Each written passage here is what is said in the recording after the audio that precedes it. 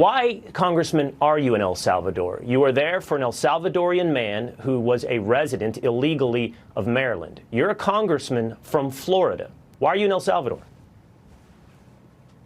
Well, we're here because a man who had protected status in Maryland, a Maryland man, union member, worker with a citizen wife and beautiful children, was taken out of his state and out of the United States back over here without due process. And for us, we're here for a couple of reasons. Number one is because every person in our country deserves due process. And we want to make sure that we draw the line here at Kilmar Garcia, because it's not just about him.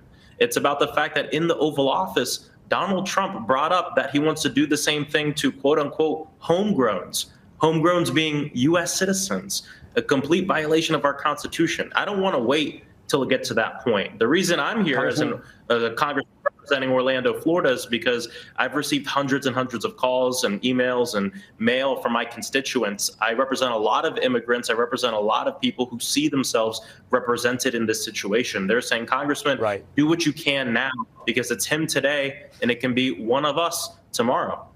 I want to dig in on that point. You've made that point several times. But before we move forward, I have to stop down with what you just said. Donald Trump's made a statement about wanting to deport American citizens. Do you have that in front of you? I've not seen that statement. Can you please quote where that comes from, that he would like to deport American citizens? He said it in the Oval Office. He said he wants to go for homegrowns next, people born and raised in the United States. Citizens. Do you have anything? And then do you have anything besides your word on that? I have not seen that. So beyond your word, do you have the source of that? I would love to see that clip or that transcript of him saying he wants to deport American citizens. There is a clip online. I encourage people to just Google Donald Trump homegrown, deporting homegrown criminals. It is something he said in the Oval Office.